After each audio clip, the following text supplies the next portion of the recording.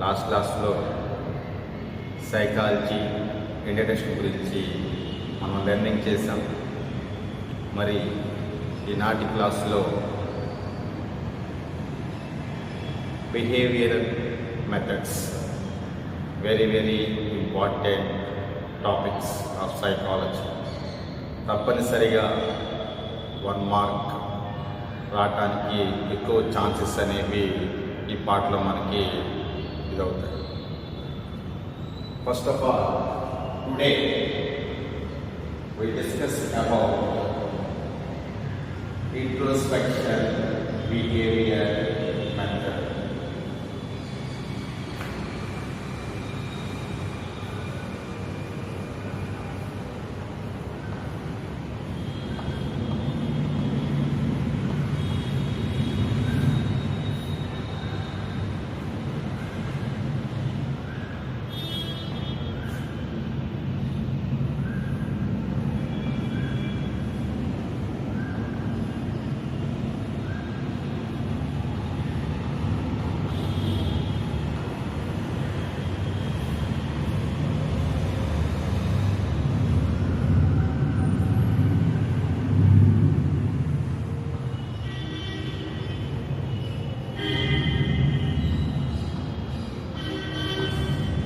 Introspection method, దీనిని తెలుగు పరిభాషలో అంతఃపరీక్షణ పద్ధతి అని, అంతఃపరిశీలన పద్ధతి అని కూడా పిలుస్తారు. మరి ఈ ఇంట్రోస్పెక్షన్ మెథడ్ని ఎవరు ప్రతిపాదించారు, ఎవరు ప్రపోజ్ చేశారంటే సెయింట్ అగస్టిన్.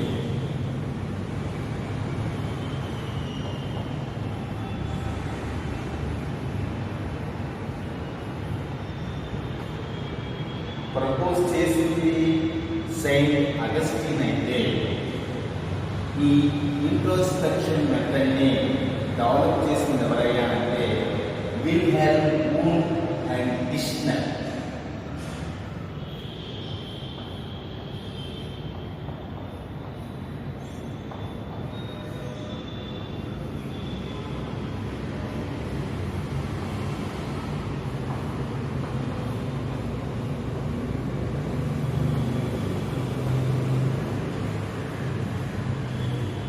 ఇంట్రోస్పెక్షన్ అనేదేమో ఇంగ్లీష్ వర్డ్. ఈ introspection derived from 2 Latin words like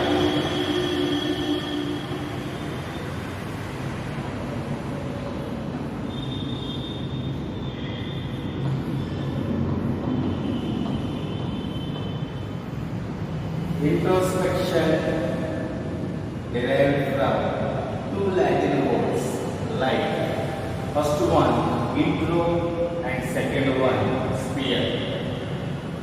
Intro means within,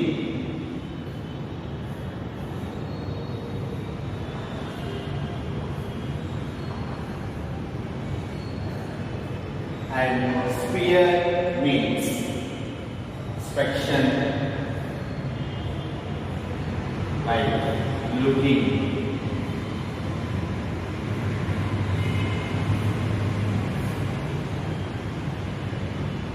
Intro means within, sphere means looking. దీన్ని బేస్ చేసుకొని ఇంట్రాస్పెక్షన్ అంటే ఏంటంటే looking within, looking inward, looking inside. అంటే తనను తాను తొంగి చూసుకోవటం, తనను తాను తొంగి చూసుకోవటం, like means self examine,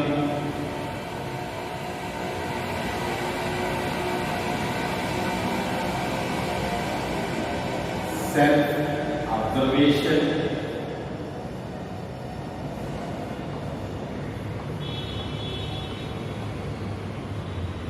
self-analysis,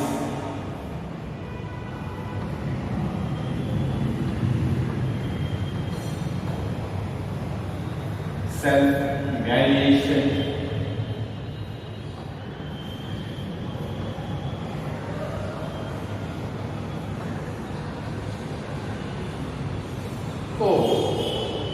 Introspection means like self-examine, self-observation, self-analysis, self-evaluation.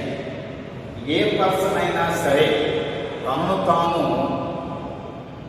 Examine చేసుకోవడం, తనను తాను ఓన్గా అబ్జర్వేషన్ చేసుకోవటం, తనను తాను ఓన్గా అనాలిసిస్ చేసుకోవటం, తనను తాను ఓన్గా ఇవాల్యుయేషన్ చేసుకోవటం.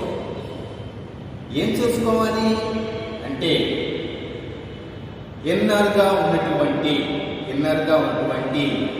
తన యొక్క ఐడియాస్, తన యొక్క థాట్స్, తన యొక్క యాటిట్యూడ్, తన యొక్క బిహేవియర్, తన యొక్క ఫీలింగ్స్, వీటన్నిటినీ తనను తాను ఎగ్జామిన్ చేసుకొని, అబ్జర్వేషన్ చేసుకొని, అనాలిసిస్ చేసుకొని, ఇవాల్యుయేషన్ చేసుకొని ఎక్స్ప్రెస్ అనేది చేయటం. ఇక్కడ స్టూడెంట్స్ మీరు అబ్జర్వేషన్ చేసినట్లయితే ఈ మెథడ్లో సింగిల్ పర్సన్ పార్టిసిపేషనే ఉంటుంది. సబ్జెక్ట్ కావచ్చు, అబ్జర్వర్ కావచ్చు, సింగిల్ పర్సనే. పరిశీలించేది, పరిశీలనకు గురయ్యేది ఒక వ్యక్తి మాత్రమే. ఇక్కడ మనం ఈ కాన్సెప్ట్ ఇంకా డీప్గా మనకి అండర్స్టాండింగ్ కావడానికి కొన్ని ఎగ్జాంపుల్స్ని మనం అబ్జర్వేషన్ చేద్దాం. ఇప్పుడు నాకు బాగా హెడేక్గా ఉంది, బాగా తలనొప్పిగా ఉంది. మరి ఆ హెడేక్ అనేది ఏ విధంగా ఉంది, ఆ తలనొప్పి ఏ విధంగా ఉంది అనేది మీరు ఎక్స్ప్రెస్ చేయలేరు, నేను ఎక్స్ప్రెస్ చేయగలను.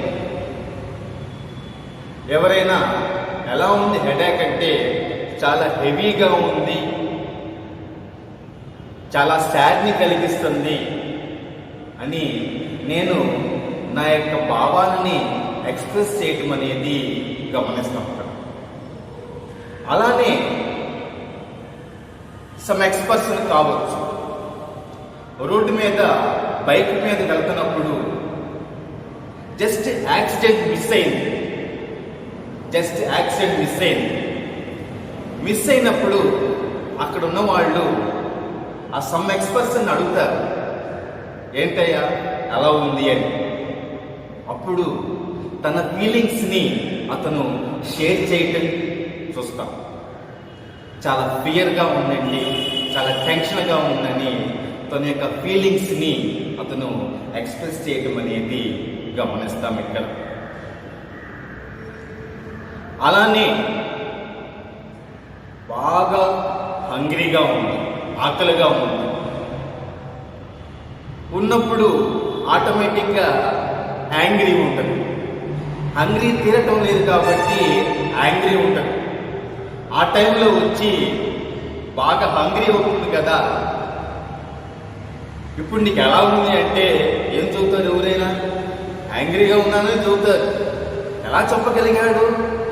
తనను తాను self examine, self observation, self analysis, self evaluation చేసుకోవటం వల్లే ఇప్పుడు మనం చెప్పినటువంటి ఎగ్జాంపుల్స్లో ప్రతి ఒక్కరు వాటిని ఎక్స్ప్రెస్ చేయటం అనేది ఇక్కడ మనం అబ్జర్వేషన్ చేయవచ్చు.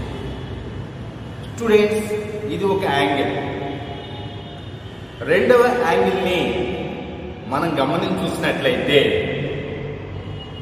మీరందరూ దాదాపుగా పవన్ కళ్యాణ్ నటించినటువంటి సుస్వాగతం సినిమాని చూస్తుంటారు. లాస్ట్ సీన్స్ కనుక మీకు కొంత రీకాల్ అయినట్టయితే, లాస్ట్ సీన్లో ఏం జరిగింది? వాళ్ళ ఫాదర్ ఎక్స్పైర్ అవుతారు, పవన్ కళ్యాణ్ ఫాదర్ డెడ్ అవుతారు.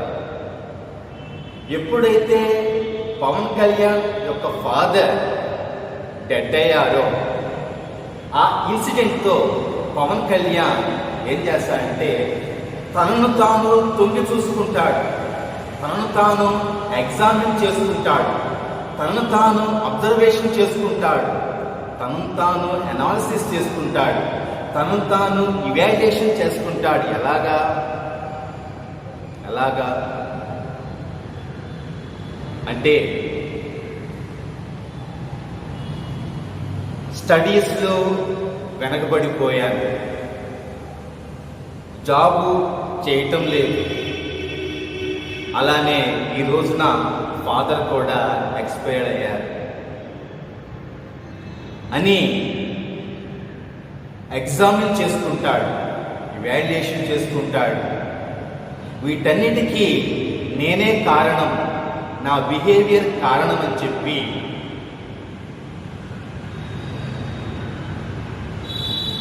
తన యొక్క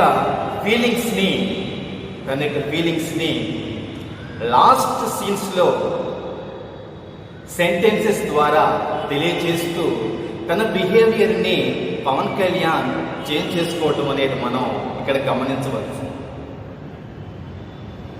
స్టూడెంట్స్, ఇక్కడ గమనించాల్సింది ఏంటంటే ఒక ఇన్సిడెంట్, ఒక సిచ్యువేషన్ కూడా మనల్ని మనం తొంగి చూసుకునేలా చేసింది, మనల్ని మనం ఎగ్జామిన్ చేసుకునేలా చేసింది, మనల్ని మనం అనాలిసిస్ చేసుకునేలా చేసింది, మనల్ని మనం ఇవాల్యుయేషన్ చేసుకునేలాగా చేసింది.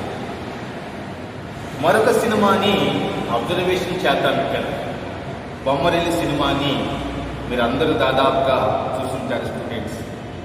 ఇక్కడ కూడా లాస్ట్ సీన్ని అబ్జర్వేషన్ చేద్దాం. లాస్ట్ సీన్లో ఏం జరిగింది? ప్రతి character artist, role participates Prakash రాజ్ని క్రిటిసైజ్ చేస్తారు. ప్రతి ఒక్కళ్ళు, జయసుధా కావచ్చు, సిద్ధార్థ కావచ్చు, సమ్ ఎక్స్-పర్సన్స్ ఎవరైనా కావచ్చు, వీళ్ళందరూ కూడా ప్రకాష్ రాజ్ని క్రిటిసైజ్ చేస్తారు, విమర్శ చేస్తారు. అంతా మీరే చేశారు నాన్న, అంతా మీరే చేశారు నాన్న. దానికి రకరకాల ఎగ్జాంపుల్స్ వాళ్ళు ఆ సీన్లో ఎక్స్ప్రెస్ చేస్తారు. ఎప్పుడైతే ఆ సిచ్యువేషన్ జరిగిందో, ఎప్పుడైతే ఆ సిచ్యువేషన్, ఆ ఇన్సిడెంట్,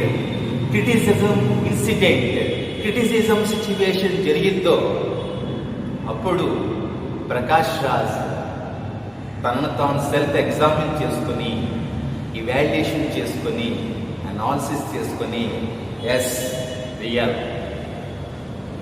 నిజమే, దీనికి కారణం నేనే అని చెప్పి తన యొక్క ఫీలింగ్స్ని షేర్ చేసి ప్రకాష్ రాజ్ కూడా తన యొక్క బిహేవియర్ని చేంజ్ చేసుకోవడం అనేది అబ్జర్వేషన్ చేస్తాం. స్టూడెంట్స్, ఇక్కడ మనం అబ్జర్వేషన్ చేయవలసింది, తెలుసుకోవాల్సింది ఏంటంటే, ఇవన్నీ ఎప్పుడైతే మనం చేస్తామో మన యొక్క ఓల్డ్ బిహేవియర్ అనేది చేంజ్ అయిపోయి న్యూ బిహేవియర్లోకి మనం రావడం అనేది గమనించాలి. ఇక్కడ ఇదంతా మనం జనరల్గా మాట్లాడుతున్నటువంటి విషయం. అయితే ఎడ్యుకేషన్లో 2 రోల్స్, 2 క్యారెక్టర్స్ అనేది మెయిన్. ఎవరెవరు? లైక్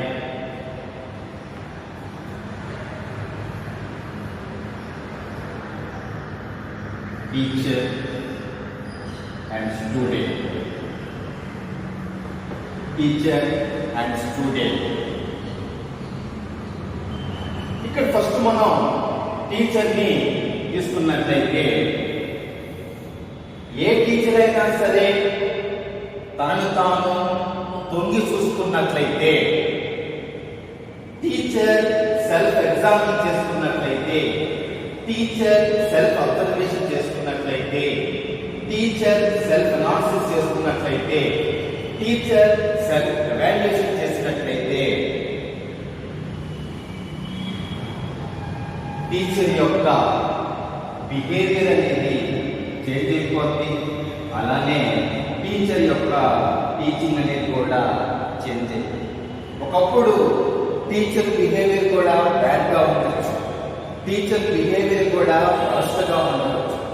కానీ ఏదో ఒక సిచ్యువేషన్, ఏదో ఒక ఇన్సిడెంట్ టీచర్ చేత ఇవన్నీ చేయించుకొని టీచర్ యొక్క బిహేవియర్ చేంజ్ అవడానికి ఆస్కారం ఉంది.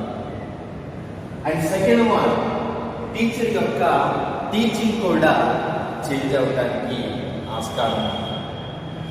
ప్రతి టీచర్ తను ఎలా టీచింగ్ చేస్తున్నాడని ఒక్కసారిగా ఇవాల్యుయేషన్, ఎగ్జామినింగ్, అనాలిసిస్ టీచర్ తాను చేసుకున్నట్లయితే టీచర్ యొక్క టీచింగ్ కూడా చేంజ్ అవడానికి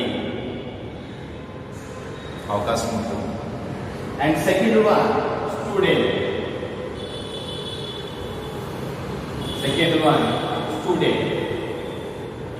ఈ స్టూడెంట్ సమ్ ఎక్స్పర్సన్ ఎవరైనా కావచ్చు. ఆ స్టూడెంట్ తను ఎడ్యుకేషన్ విషయంలో, స్టడీస్ విషయంలో ఎలా ఉన్నానని self examine, self observation, self analysis, self evaluation చేసుకున్నట్లయితే స్టూడెంట్ యొక్క స్టడీస్, ఎడ్యుకేషన్ కూడా డెవలప్మెంట్ అనేది చూస్తాము 100%. అలానే ఈ స్టూడెంట్ తన బిహేవియర్ని కూడా ఒకసారి self examine, observation, analysis, evaluation చేసుకున్నట్లయితే స్టూడెంట్ యొక్క బిహేవియర్ కూడా చేంజ్ అవడం అనేది జరిగింది. ఇక్కడ వీళ్ళిద్దరు మెయిన్ క్యారెక్టరిస్టిక్స్ మనకి, టీచర్ కావచ్చు, స్టూడెంట్ కావచ్చు.